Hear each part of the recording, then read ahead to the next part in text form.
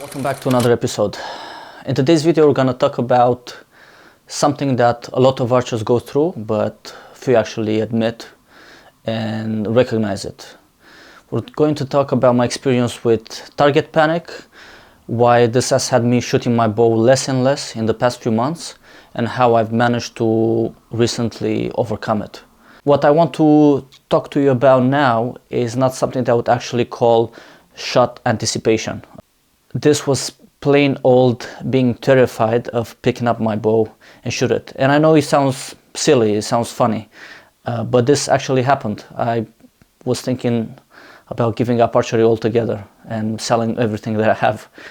So it was serious for me. To give a bit of background on this, it all started to happen when I changed my release. I had been shooting a handheld, the Carter convertible. You've probably seen the short review that I did of it. So I was getting pretty proficient with the Carter convertible, but I thought I should just change and have something that's more adept for hunting. The Carter convertible doesn't come with a lanyard or a place where you can actually hang one. And for me, this was important. I would always have to, keep in mind where I have my release, keep it in my pocket or my bino harness. So I thought I would just change to a wrist strap. I used to shoot a wrist strap a few years ago when I started my journey into archery and hunting. So I thought I would just go back to one of these. Went ahead and bought the Carter Quickie Plus. I think they should call it the Carter Quickie Plus. Great release, ergonomic, reasonably priced, pretty adjustable, solid, more or less everything you would want from a release. And I'm a big fan of Carter since I've started shooting the convertible, so I thought, why not? So I went ahead, I bought the release, and the day after I received the release, I had to go and travel to a 3D event. You've probably seen that video on my channel, this kind of tech event in Wales. So the day before that, I received the release. I did minor adjustment to it. It came pretty hot from the factory.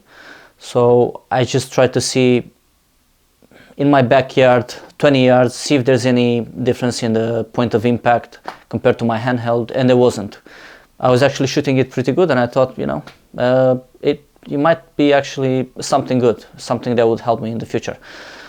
So the next day I traveled to this event with my very good buddy Alan. We went there, had a blast, lots of fun, shot more than 40 targets, and I shot pretty well. I was pretty happy with how I was shooting. I was hitting most of the targets, 12s, more or less across the spectrum, so it was fine for me.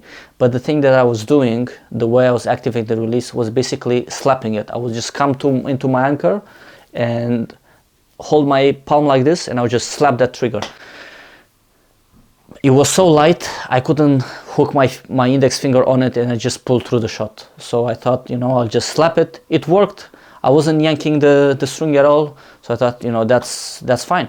I'll just go forward like that. So after that event, coming back home, I thought about adjusting a bit the release. I thought it was just too light. I should go change the springs. I put the hardest spring that comes with it. I think there's the 110 pounds spring. I put that in, and I thought, I'm just gonna hook my finger around the trigger, pull through the shot. I shortened my strap length so I can just hook it properly here when I was at full draw.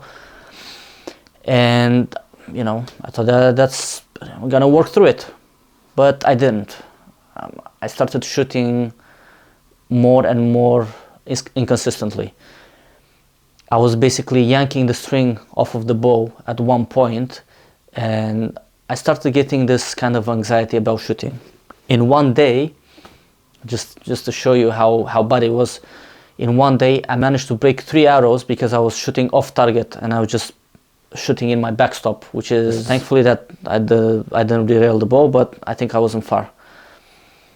So then I started shooting the bow less and less until I thought, that's it, I'll just put it aside. I picked up my Carter convertible again, and I thought, I'll just go back to shoot this and it'll be fine. But it wasn't. Though the jitters I used to have at full draw with the wrist strap they didn't come back when I picked up my convertible again, my handheld. It just didn't feel the same again. And then I thought, you know, I'll look up some videos, try to go again through my shot process, because I was basically rushing it. And although I didn't have that shake when I was shooting, I just didn't feel that it was actually shooting, the shot was breaking the way it should have.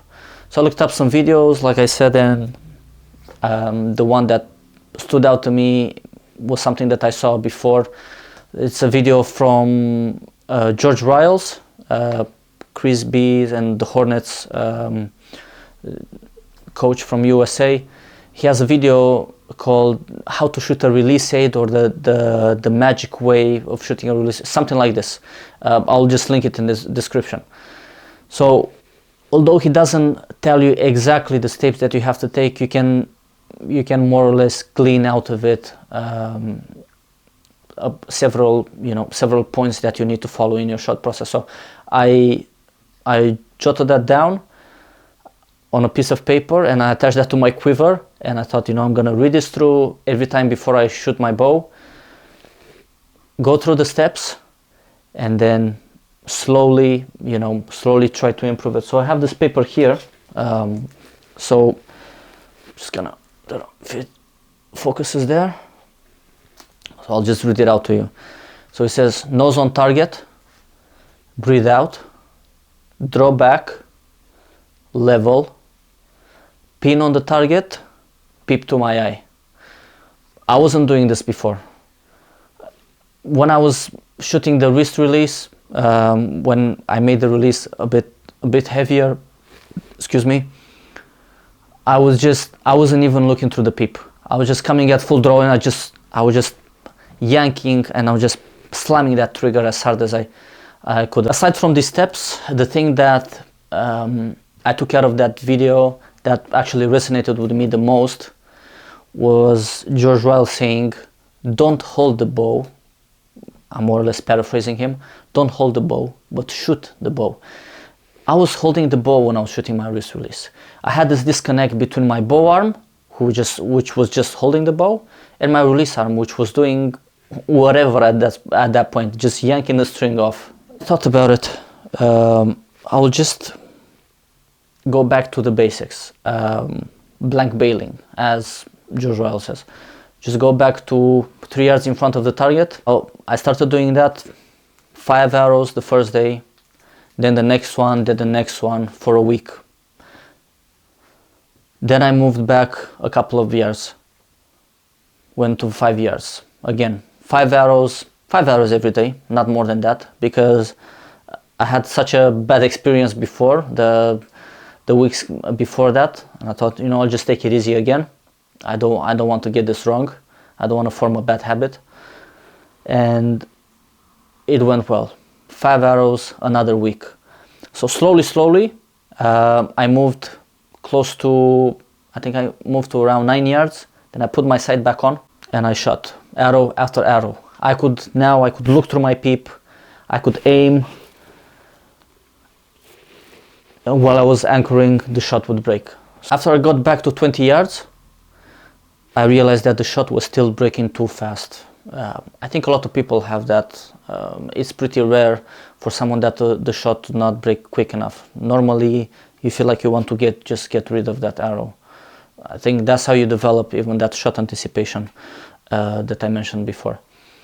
So what I did, I downloaded this metronome app, listening to that metronome, just starting it before I was shooting my arrows, trying to rehearse that in my mind, to wait at least 3-4 beats before I was actually trying to put more pressure on the release for it to fire.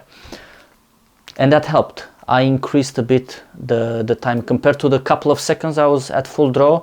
Now it was around 3-4 seconds before the shot would break, so almost double the time. I had more time to aim, more time to let that pin float and for the release to break by itself. With part of my conscious mind focused on the metronome app sound, think about going slow, and let that shot just break. Let the release just basically activate itself while I was consciously putting tension with my back and with my elbow going down.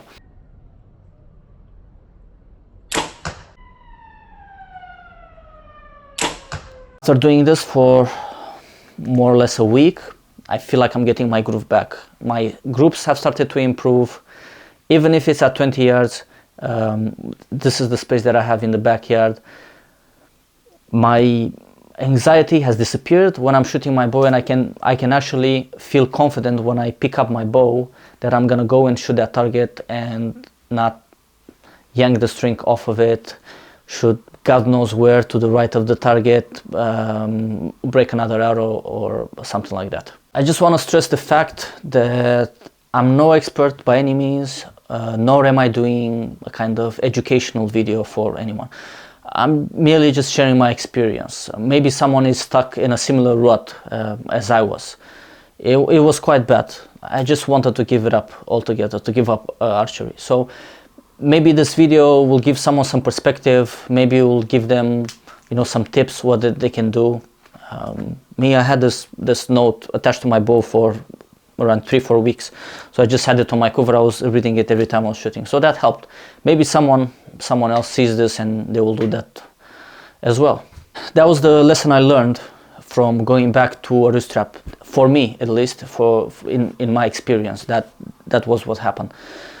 I think if I were to change my release again, I would go for something with a similar activation style to the convertible, something like a hinge or a back tension release. I had been shooting prior to this, I had been shooting the hinge, the ultra-view hinge, and then the button, but I shot the ultra-view hinge for almost 2 years, so I was really used to that. But I guess that's it for now. I know I haven't put out a lot of content lately. It's just the way I was shooting, and actually I wasn't feeling physically that great either. I just didn't really make the time for it, and I apologize. I have 2 or 3 more videos coming before the end of the year, so keep an eye on that. I know that most of the people watching this are not subscribed, so please, if you like the content, if you want to go through my other videos, if you find it helpful, please go ahead and subscribe. We're coming out with more interesting things, hopefully, maybe a new 2024 bow model review, who knows, and other exciting stuff. But until next time, thank you very much for watching, thank you for your interest, keep shooting straight, and I'll see you on the next one.